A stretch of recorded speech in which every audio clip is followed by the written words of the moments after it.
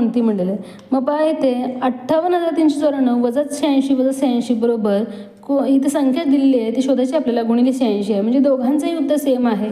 मग आधी आपण याचं उत्तर शोधूयात म्हणजे आपल्याला हे शोधता येईल. मग आता पहा गुणिले दिलेलं आहे म्हणजे या उत्तराला आपल्याला भागावं लागेल 86नं. मग आता 58,394 मधून आपल्याला 86 आणि 86 हे वजा करावं लागेल 2 वेळा. तर पहा आधी यांची बेरीज करूयात आपण. 86 आणि 86 बेरीज किती येते? 6 6 12 2 हातचा 1 8 16 आणि 17 172 2 त्यानंतर 2 येणार आहे 2 58,222. मग आता या उत्तराला आपल्याला 86नं भागायचं आहे. म्हणजे पहा 86नं आपल्याला भागावं लागणार आहे याला. मग पहा 8 6 48 म्हणजे 86चं आपल्याला काय करायचं आहे? 4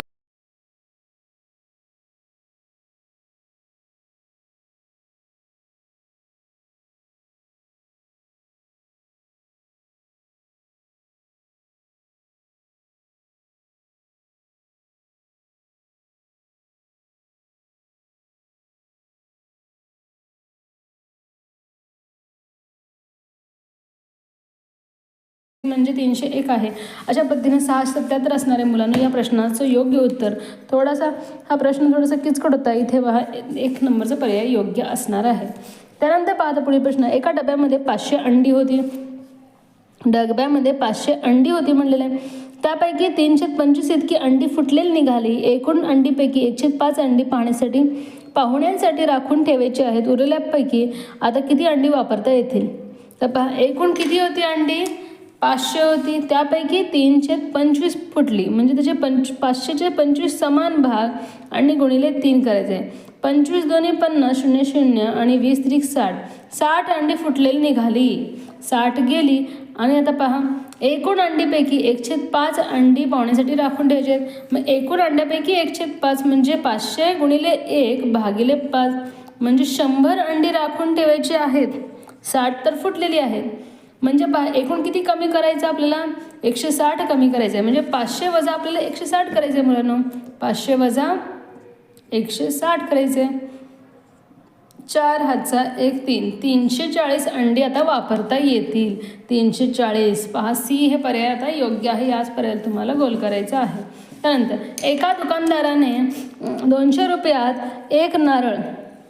तर पहा एका दुकान 200 रुपयामध्ये एक नारळ विकत घेतलं आणि 40 रुपयाचा नफा घेऊन विकलं तर घड्याळाची काय म्हणलेलं विक्रीची किंमत किती आहे? त्याला फक्त मग घड्याळाची विक्रीची किंमत किती असणार आहे? 240 रुपये. अगदी सोपा प्रश्न होता विद्यार्थ्यांनो. सी हा पर्याय इथे बरोबर असणार आहे. एक फळ विक्रेत्याने 1500 रुपयात सफरचंद विकत घेतले आणि त्यांना दुकानदारापर्यंत आणण्यासाठी 100 रुपये खर्च केले. त्यांनी हे सफरचंद एकूण एवढ्या रुपयामध्ये विकले तर त्याला एकूण किती फायदा झाला?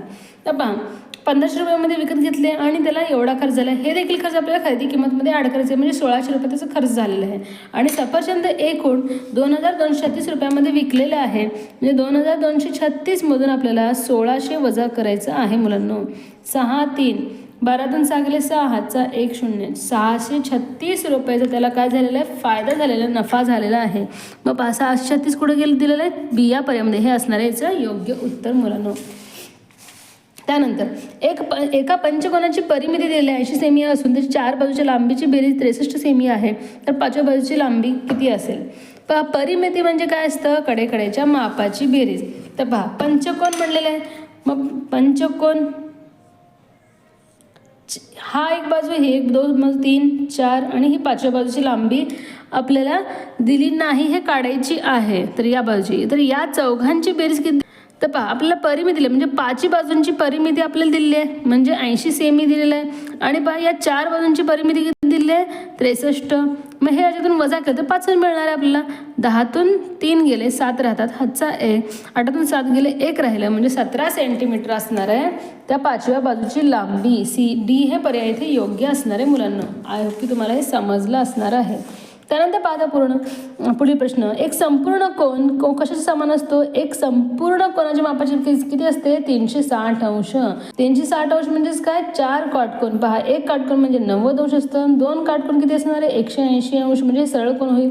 3 काटकोन 270 अंश. 9 त्रिक 27 9 चौक 36 म्हणजे 4 काटकोना एवढी असणार आहे. एका आयताच्या सर्व अंतर्कोनांची बेरीज किती असते? सर्व अंतर्कोनांची बेरीज असते 360 अंश. 9 × 36 येणार आहे.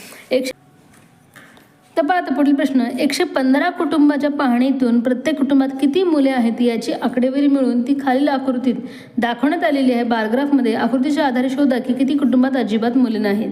115 कुटुंबांची पाहणी केलेली आहे विद्यार्थ्यांनो.